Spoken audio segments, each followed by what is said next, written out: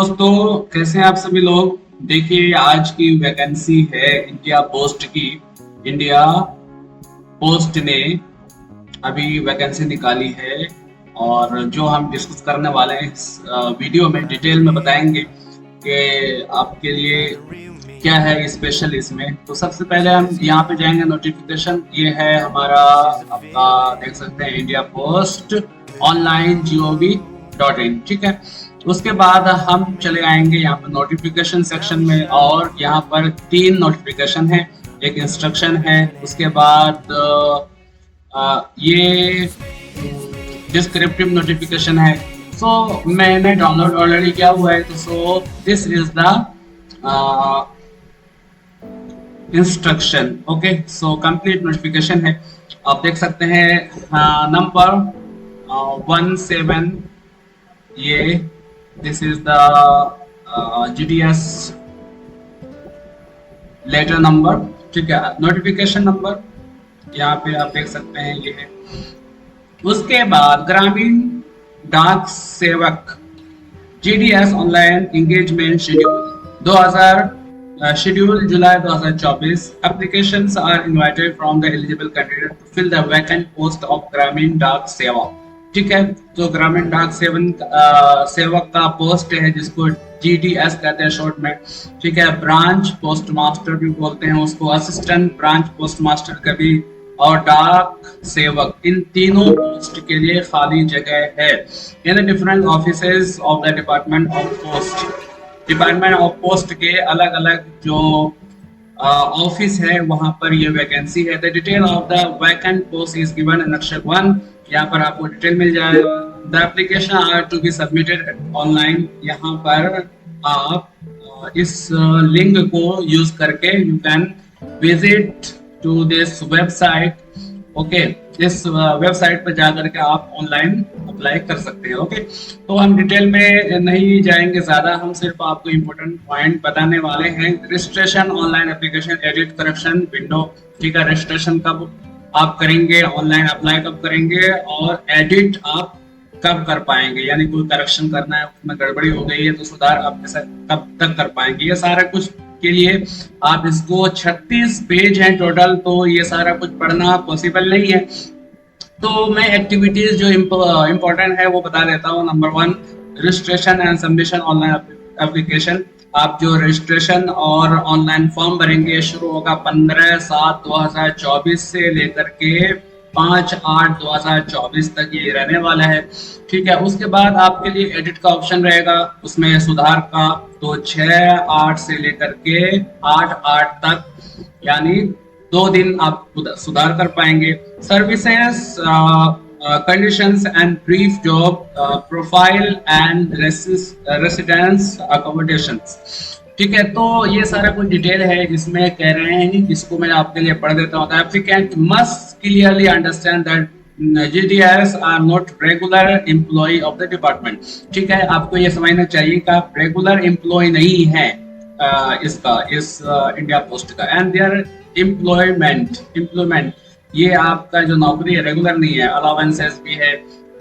And other entitlement are not at par with the central government employees. ठीक है, तो आप इंडिया पोस्ट का सेंट्रल गवर्नमेंट का है तो उसके अंदर आप नहीं आने वाले हैं। तो these services conditions are governed by department of post. ये जो सर्विस है ये एक डिपार्टमेंट है इंडिया पोस्ट का, उसके द्वारा आपको दिया जा रहा है। कौन सा पोस्ट? ग्रामीण सेवक, ग्रामीण डाक सेवक का है। ठीक है, उसके बाद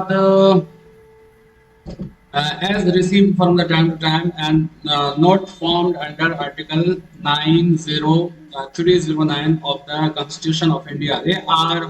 They are holder of civil posts outside the civil service of state. ठीक है, they are required to serve mostly in the rural area. आपसे कहा जा रहा है कि आपको जो सर्विस देनी होगी गांव देहात में देनी होगी, plus centre of service department. ठीक है, as per the rule number 3A the same GDS rules, they are required to work for minimum for a period of 4 hours. आपको मिनिमम 4 घंटे से लेकर के 5 घंटे तक आपको काम करना है अटे दिन में। ठीक है, and then can not return as Dak Sevak 65 of as, ठीक है, तो 65 आपका एज है, रिटायरमेंट का है। उसके बाद a सेवक should have other source of income beside the allowance to be paid by the government of adequate means of livelihood for himself and his family। कह रहे हैं कि आपको इस पे डिपेंड नहीं होना है, ये ज्यादा सैलरी आपको देंगे नहीं, 10-12 हजार देंगे, तो ये कह रहे हैं कि आपके पास संसाधन होना चाहिए, दूसरे जराये भी होने चाहिए आमदनी के, ठीक है, इसी पे आपको डिपेंड नहीं होके रहना है, इनकम के दूसरे रिसोर्सेस आपके पास होने चाहिए, ठीक है, जिंदगी गुजारने के लिए, ठीक है।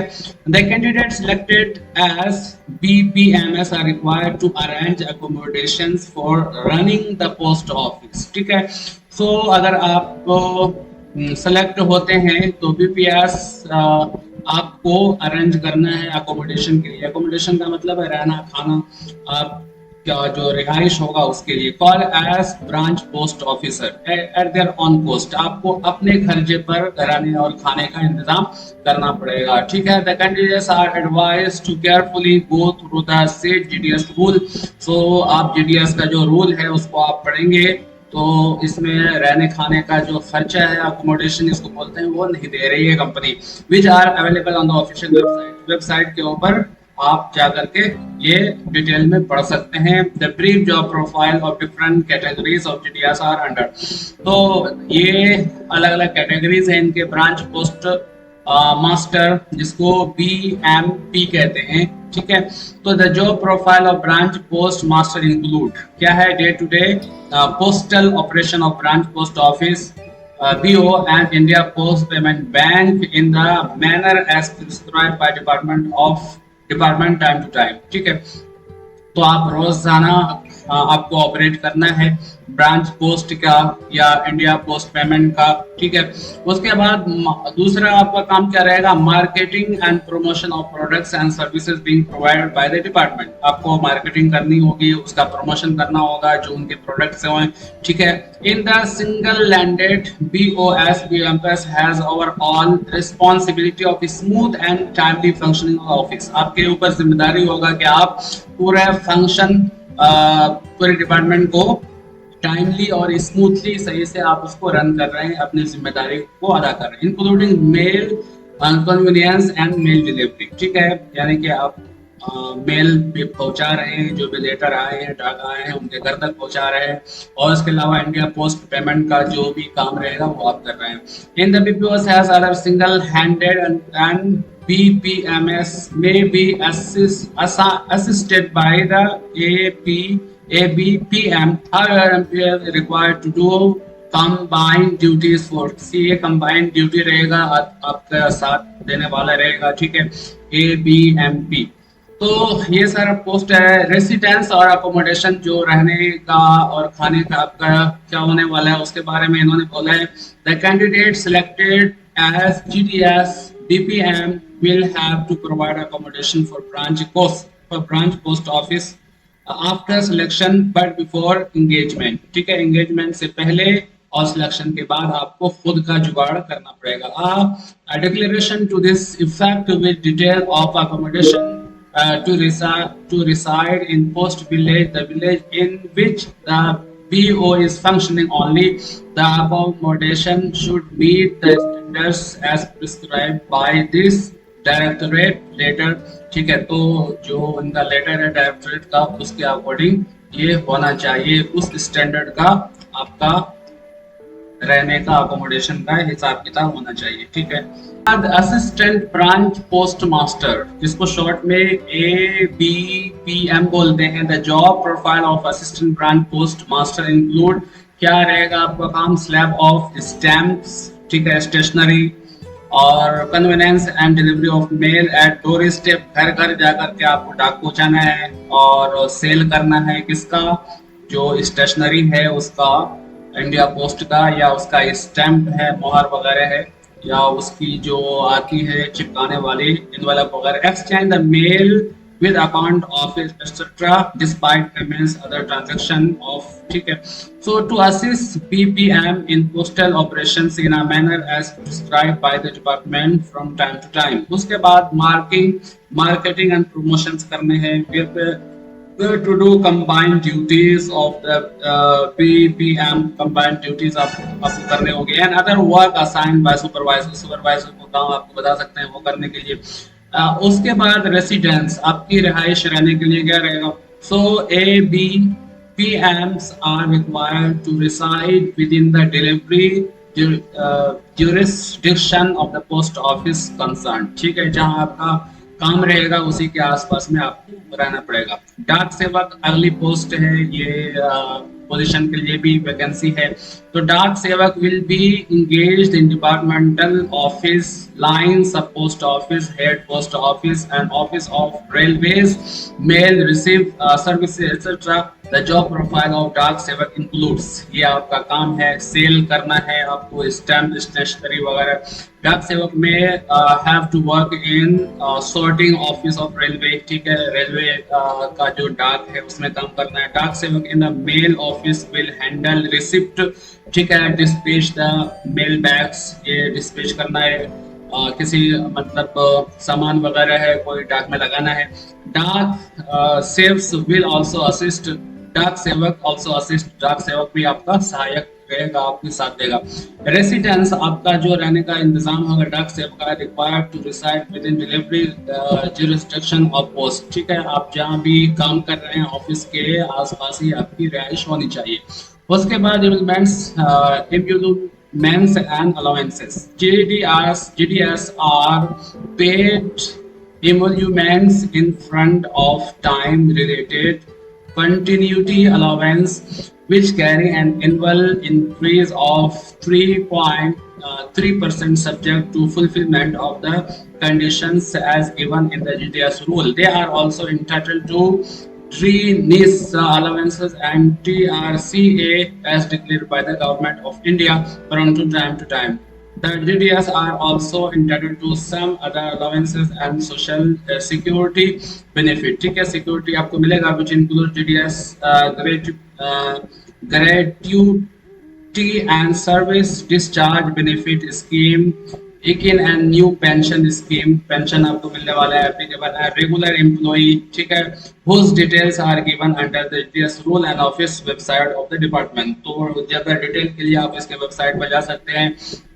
आपको इमोल्यूमेंट्स आपको मिलने वाला है 3% का। ठीक है, ये सब्जेक्ट रहेगा किसके ऊपर कि आप कैसा फुलफिल करता है अपनी ड्यूटी को, अपने जो आपको काम दिया गया है। उसके बाद ये एक कैटेगरी है आपकी सैलरी स्लैब है। तो बीपीएम की जो सैलरी है 12,000 स्टार्टिंग से शुरू होकर के ये मिनिमम सैलरी है और ये मैक्सिमम सैलरी है। तो ज्यादा से ज्यादा आपका 29,380 रुपये हो सकता है। और एपीएमबी डाक सेवक की जो सैलरी है 10,000 से शुरू होकर के 24,470 तक हो सकती है।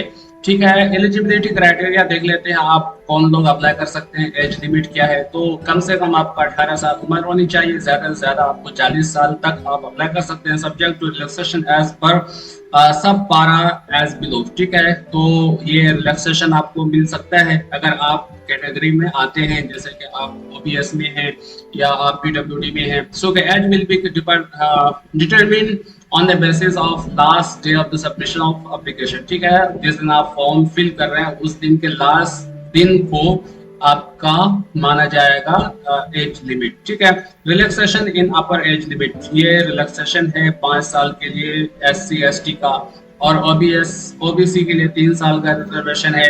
EWS के लिए रिलैक्सेशन कोई नहीं है। EWS का मतलब होता है इकोनॉमिकली वीकर सेक्शन, और PWD के लिए यानी कि जो पर्सन विद डिसेबिलिटीज है, कोई मतलब उसको प्रॉब्लम है, टांग टूट गया है, हाथ टूट गया है या ऐसा कुछ है, पोलियो मार दिया है, तो 10 साल का उसके लिए रिलैक्सेशन है। अगर आप PWD प्लस OBS हैं, OBC हैं तो 13 साल का, और डिसेबिलिटीज प्लस SC ST है तो 15 साल का आपको रिलैक्सेशन मिलता है। एजुकेशनल क्वालिफिकेशन क्या है? For the secondary school examination pass certificate. ठीक है, 10वीं का आपके सर्टिफिकेट होना चाहिए, 10वीं पास का मार्कशीट होना चाहिए, साथ में मैथ होना चाहिए, इंग्लिश होना चाहिए। ठीक है, किसी रिकग्नाइज बोर्ड से वो मंजूर होना चाहिए या एफिलिएटेड होनी चाहिए सरकारी स्कूल से, ठीक है। Government of India, state government, union territory in India, ठीक है। तो ये क्या कह रहे हैं कि आप सरकारी स्टेट या सेंट्रल या किसी भी इंडियन स्कूल से रिकॉग्नाइज होने चाहिए वो 10वीं का आपके सर्टिफिकेट और मार्कशीट, ठीक है। The applicant should have studied the local language at least up to 10 standard from the recognised board, ठीक है। आपको लैंग्वेज आनी चाहिए, यानी कि लोकल लैंग्वेज जैसे कि उर्दू है, जैसे कि बंगाली है, ठीक है। तो ये आपको 10वीं तक आपको पढ़ा हुआ होना चाहिए। Special provision for engagement of GDS in the state of Arunachal Pradesh, Arunachal Pradesh वालों के लिए है ये स्पेशल, ठीक है। उसके अलावा अदर क्वालिफिकेशन क्या है, नॉलेज ऑफ कंप्यूटर, आपका कंप्यूटर का ज्ञान आना चाहिए, आपको साइकिल चलाने के लिए ज्ञान आना चाहिए, एडिक्वेट मीन्स ऑफ लाइवलीहुड, ठीक है। आपके लिए जीवन यापन करने का, रहने खाने का कुछ आपके पास बंदोबस्त गुजारा होना चाहिए अलग से, ठीक है। आपके पास दुकान या खेत कुछ होना चाहिए, क्योंकि इस पर आपको डिपेंडेंट नहीं रहना है, क्योंकि ये आपको सैलरी बहुत ज्यादा नहीं दे रहे हैं और अकोमोडेशन भी नहीं दे रहे हैं, ठीक है। रिजर्वेशन की बात करते हैं। Candidates seek reservation benefit avail for SC, ST, OBC, PWD must ensure that they are entitled to such reservation as per the eligibility prescribe for the, ठीक है। तो ये कह रहे हैं कि जैसा प्रिस्क्राइब किया हुआ लिखा गया है ऊपर, उसी के तरीके से आपको दिया जाएगा रिजर्वेशन, ठीक है। format of certificate, applicants who wish to consider for the reserve vacancies or seek age relaxation will have to produce the required certificate, ठीक है। अगर आप रिजर्वेशन देना चाहते हैं तो आपको सर्टिफिकेट देना पड़ेगा उसके लिए, ठीक है।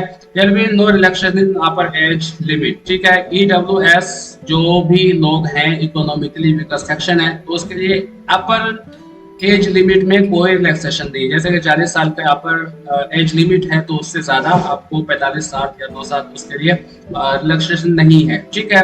आपका seeking engagement on the basis of reservation to utilise much ensure that history position of the valid income certificate होना चाहिए आपके पास, ये बताने के लिए कि आप इकोनॉमिकली वीकर सेक्शन में आते हैं, ठीक है। एंगेजमेंट, तो ये सारा कुछ है, डिटेल है। उसके बाद category of GDS, categories of disability, आपका जो डिसेबिलिटी के लिए क्या क्या होना चाहिए, लो विजन, यानी कि कोई ऐसा आदमी जिसको दिखता कम है, ठीक है, तो वो भी आ जाएगा इसमें डिसेबल के अंदर। या डीफ है, डीफ का मतलब वो सुनता नहीं है, हार्ड हियरिंग है, बहुत कम उसको आवाज आती है, बहरा है, ठीक है। तो ये सारा, या एक हाथ है, एक टांग है, स्पेशल लर्निंग डिसेबिलिटी है, ठीक है। मल्टीपल डिसेबिलिटीज है, कई सारे प्रॉब्लम है उसके साथ, तो इन सब लोगों के लिए 15 साल का रिजर्वेशन है। तो ये सब आ जाते हैं डिसेबिलिटीज के अंदर, ठीक है, पीडब्ल्यूडी के अंदर। हाउ टू अप्लाई, कैसे अप्लाई करना है, applications are to be submitted in the online mode only, सिर्फ और सिर्फ आपको ऑनलाइन अप्लाई करना है, ये जो वेबसाइट है इसके ऊपर जाकर के, ठीक है। इंडिया पोस्ट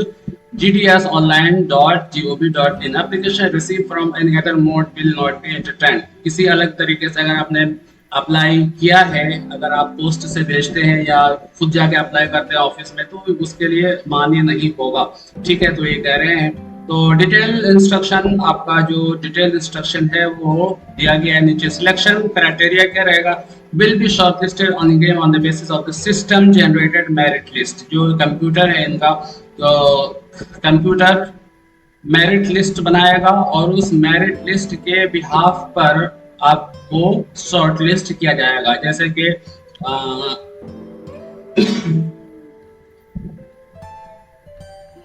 मेरिट लिस्ट बनाया जाएगा आपके नंबर के बेसिस पर। अगर किसी का 99% है, ठीक है, तो उसको पहले लिया जाएगा, फिर जो 98 है, फिर 97 है, तो मेरिट लिस्ट के बिहाफ पर जिसके मार्क्स ज्यादा हैं तो उनके चांसेस ज्यादा बढ़ जाते हैं इसमें मेरिट में शॉर्ट लिस्ट होने में। The merit list will be prepared on the basis of marks obtained, conversion of the grades points to mark as explained in sub paras 3 to 8 below in secondary school of the examination, ठीक है। तो आपका जो marksheet में exam number है, तो उस marks के बिहाफ पर आपका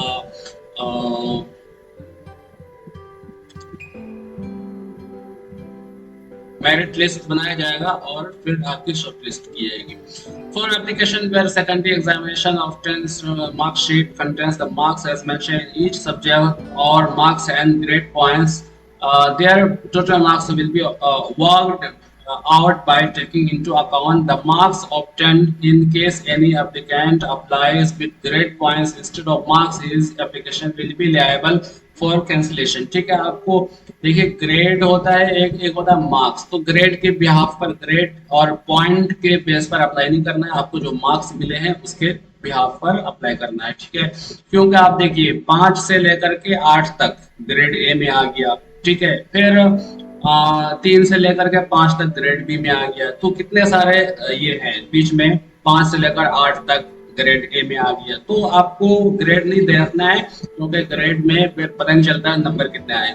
ठीक है, तो ये है ग्रेड पॉइंट्स मल्टीप्लीकेशन फैक्टर है। उसके बाद in case of marks list content grade, अगर मार्क्स लिस्ट में ग्रेड है पॉइंट्स है, so marks will be reckoned by taking conversion of grade and points with the multiplication of factor 9.5। ठीक है, अगर ग्रेड है तो उस ग्रेड या उस पॉइंट को 9.8 से मल्टीप्लाई करने के बाद जो नंबर आएगा उसको माना जाएगा। ठीक है, where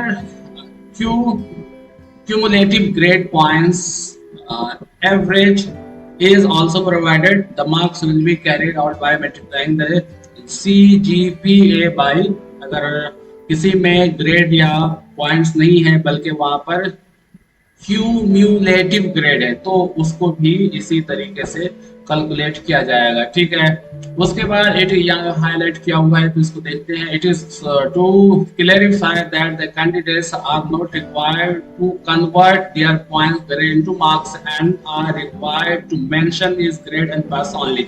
ठीक है, आपका जो ग्रेड है या मार्क्स है, जो पॉइंट्स है उसको कन्वर्ट नहीं करना है नंबर में, सिर्फ आपको वहां पर मेंशन करना है कि हमारा ए ग्रेड है बी ग्रेड है। ठीक है, while filling up the form online application the conversion of grade points to the marks would be carried out by the system, therefore declaration of the result for the purpose of arriving at the merit. ठीक है, तो ये सारा है, बहुत लंबा 35 page का है, तो आप इसको डिटेल में पढ़िए। Communications for selection and process of the physical verification of document. ठीक है, फिजिकल वेरिफिकेशन होगा, आपका देखा जाएगा सर्टिफिकेट ओरिजिनल है या नहीं है, आपने जहाँ से पढ़ा है वहां पे जाकर के वेरीफाई होगा। The list of application shortlisted for engagement will be released by department on its website and GDS online portal. Upon declaration of the result the shortlisted candidate will be informed for the result and dates of the physical verification etcetera. ठीक है, आपको आप जो merit बनेगा, merit बनने के बाद आपको एसएमएस या वेबसाइट पर से पता चल जाएगा कि आप शॉर्टलिस्ट हो गए हैं और फिर आपको बुलाया जाएगा एग्जाम इसके लिए, वेरिफिकेशन के लिए आपके डॉक्यूमेंट।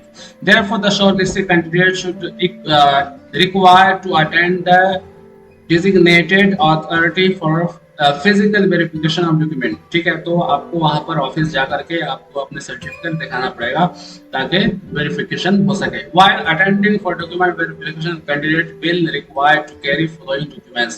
तो आपको जब वेरिफिकेशन के लिए जाएंगे तो कौन कौन से सर्टिफिकेट आप लेके जाएंगे? ओरिजिनल, वो यहाँ पे दिया हुआ है original, and 2 sets of self attested photocopy. Self attested 2 photocopy चाहिए। सेल्फ अटेस्टेड क्या होता है? यानी कि उस पे आपने अपना नाम लिख दिया तो सेल्फ अटेस्टेड हो गया। सबमिशन विच में ये नीचे लिखिए मार्कशीट है। आइडेंटिटी प्रूफ है, आधार कार्ड या आपके पास आईडी कार्ड। ठीक है, कास्ट सर्टिफिकेट अगर आप रिजर्वेशन लेना चाहते हैं, पीडब्ल्यू सर्टिफिकेट, ठीक है, ईडब्ल्यूएस सर्टिफिकेट। उसके बाद ट्रांसजेंडर सर्टिफिकेट, अगर आप लड़का लड़की कुछ नहीं है बीच में है तो उसका आपको certificate. Date of proof birth certificate देना पड़ेगा। Medical certificate issued by medical officer of any government hospital, dispensaries, government primary health sectors compulsory. Okay, तो ये सर्टिफिकेट। उसके बाद certificate issued by the competent authority in respect of knowledge of tribal local dialects in case of engagement in the state of Arunachal Pradesh. ठीक है, चूंकि अरुणाचल प्रदेश में अलग अलग जनजातियां अलग अलग भाषाएं बोली जाती हैं, तो उसके लिए आपको लोकल सर्टिफिकेट चाहिए होगा जो बताएगा कि हाँ आप लोकल लैंग्वेज जानते हैं। ठीक है, तो ये सारे आपको लेकर के जाना होगा। When the verifying authority is itself neither the engagement authority nor immediate supervisor to engagement authority। ठीक है, उसके बाद when the verifying authority and engagement authority are same or the engagement authority is immediate subordinate to the verifying authority। तो इसके लिए नीचे पढ़ना पड़ेगा, पूरा बहुत लंबा चौड़ा है। तो important instruction: the department and engaging authorities of each post reserves the right of modify। ठीक है, ये modify कर सकते हैं, इसमें घटा बढ़ा सकते हैं, कैंसिल कर सकते हैं नोटिफिकेशन को, या कुछ भी कर सकते हैं, इनके पास राइट्स है।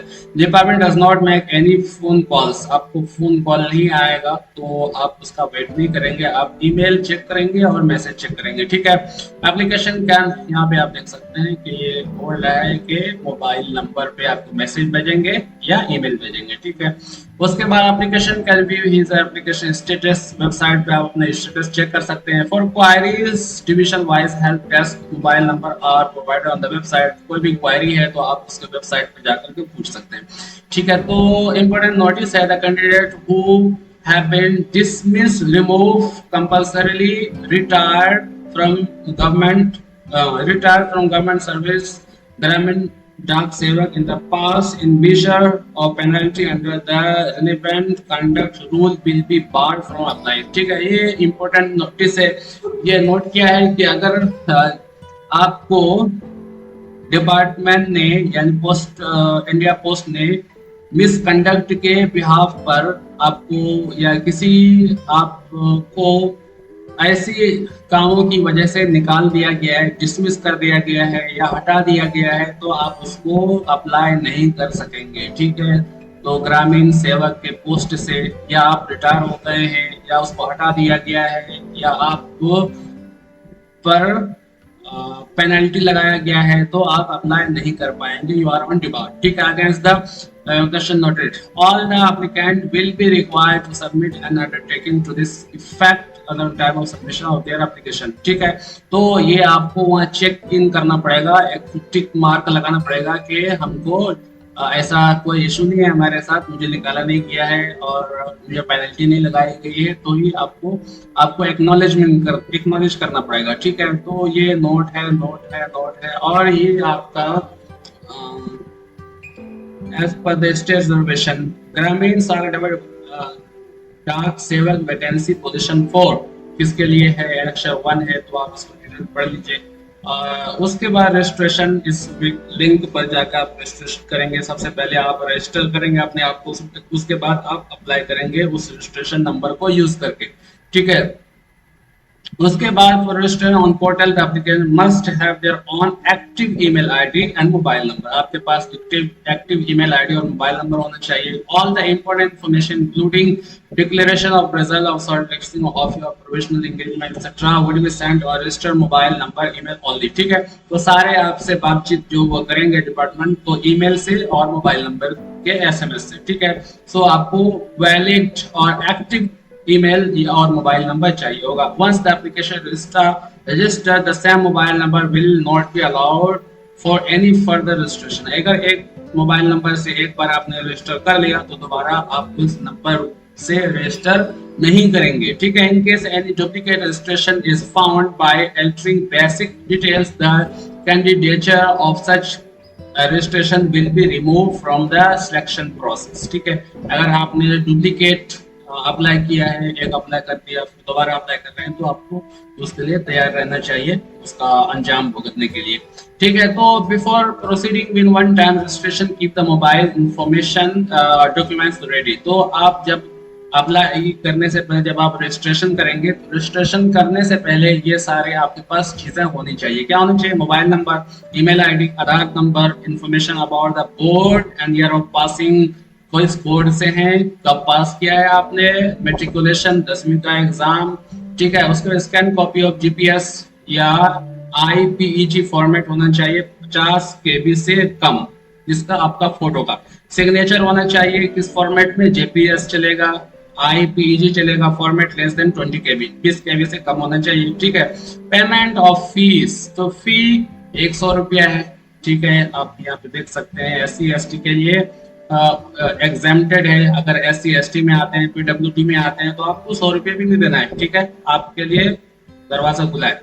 Applicant except exempted category of applicant may make payment of the fee through any of the online mode of payment. ठीक है, किसी भी ऑनलाइन माध्यम से आप अप्लाई कर सकते हैं, ये फिल पे कर सकते हैं। ऑनलाइन एप्लीकेशन सिलेक्शन ऑफ देखिए सिलेक्शन कैसे होने वाला है। The application can only apply one और मोर वैकेंट पोस्ट फॉर जीडीएस। आप एक पोस्ट के लिए या दूसरे कई पोस्ट के लिए आप अप्लाई कर सकते हैं in only in one of the selected division. ठीक है, किसी एक सिलेक्टेड डिवीजन के अंदर। ठीक है, before selecting division option applicant has to validate his her details by giving registration number and OTP send to register mobile number. ठीक है, तो ये एक लंबा प्रोसेस है, इसको आप पढ़ लीजिए। अपलोडिंग ऑफ डॉक्यूमेंट्स, आपको क्या क्या अपलोड करना होगा, नेम ऑफ द डॉक्यूमेंट पहले। ठीक है, उसके बाद यहाँ पे अपलोड फाइल फॉर्मेट, कैसे आपको अप्लाई करना अपलोड करना ये बता रहे हैं। सबसे पहले आप यहाँ पे नाम लिखेंगे, ये कौन सा डॉक्यूमेंट्स है। उसके बाद यहाँ पे आप फॉर्मेट है, ठीक है वो, और यहाँ पर आप साइज है, कितना साइज होना चाहिए, तो ये बताया गया है। ठीक है, 50 केबी से ज्यादा नहीं होना चाहिए फॉर्मेट। ठीक है, जेपीजी, जेपीएस या आईपीईजी चलेगा। ठीक है, सिग्नेचर इतना, सिलेक्शन और वेरिफिकेशन अथॉरिटी।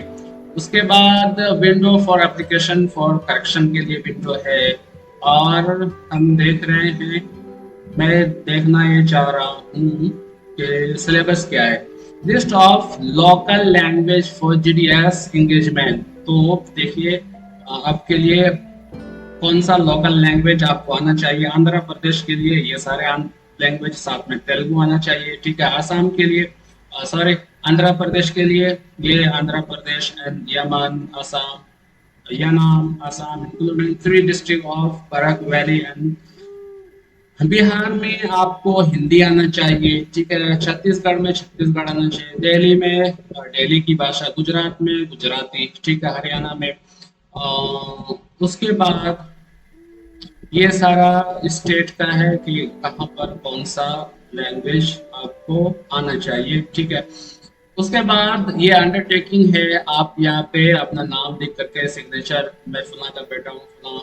ठीक है, प्लेस, डेट, ये आपका एक्नॉलेजमेंट है कि हाँ मैंने जो कुछ फॉर्म भरा है वो सही है और मैं इसके लिए जिम्मेदार हूँ। ठीक है, ये फॉर्म है आपका, फॉर्मेट है फॉर SC/ST सर्टिफिकेट। अगर आप SC/ST में आते हैं, ठीक है, तो आपके लिए ये फॉर्मेट दिया हुआ है। The contribution schedule caste, schedule tribe, ठीक है, ये उसके लिए है।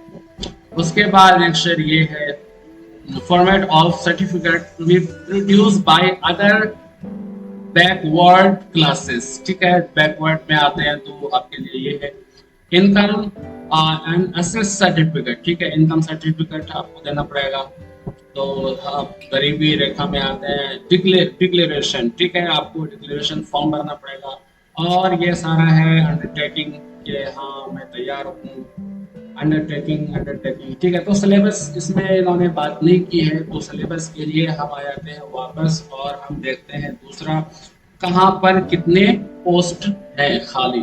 तो दूसरा हमने ये खोल लिया विंडो, तो इसमें आप देख लीजिए कहाँ कितने सारे पोस्ट है। ठीक है, तो आंध्र प्रदेश में 1355 है। ठीक है, उसके बाद आसाम में 746 है।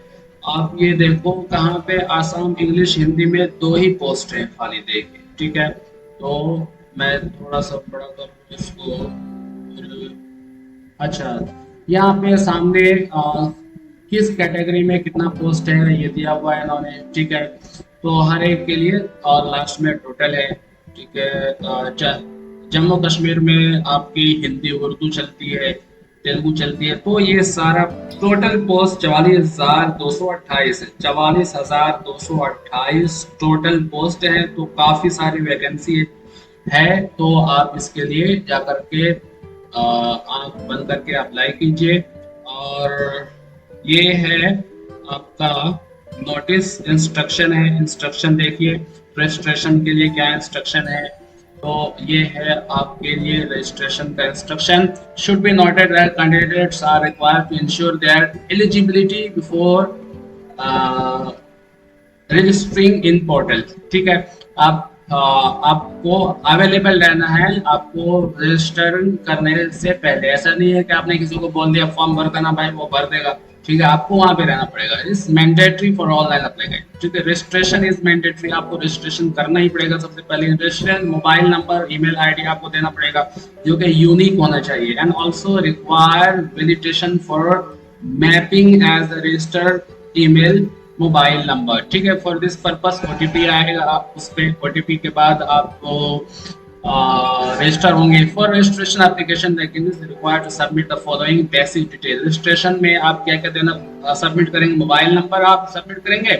Candidate has to enter 10 digit mobile number और फिर आपको ईमेल आईडी डालना है और कुछ नहीं। Candidate should provide a valid mobile number. तो application number to his name, आपका नाम वही होना चाहिए जो आपका 10वीं के सर्टिफिकेट में है, ये सबको पता होगा। ठीक है, मोबाइल में माँ और बाप का नाम आपको वही डालना चाहिए जो आपके सर्टिफिकेट में है। तो ठीक है, सेलेक्ट द कास्ट आपको सिलेक्ट करना है, आप किस कास्ट में आते हैं। ठीक है, कम्युनिटी आपको सिलेक्ट करना है। Circle in which secondary school pass, ठीक है, ये आपको सर्कल करना रहेगा। तो उसके बाद आधार कार्ड है, कौन से साल आपने पास किया है, पास आउट हुआ है। Are you person with disabilities, क्या आपको कोई प्रॉब्लम है, आप डिसेबल हो।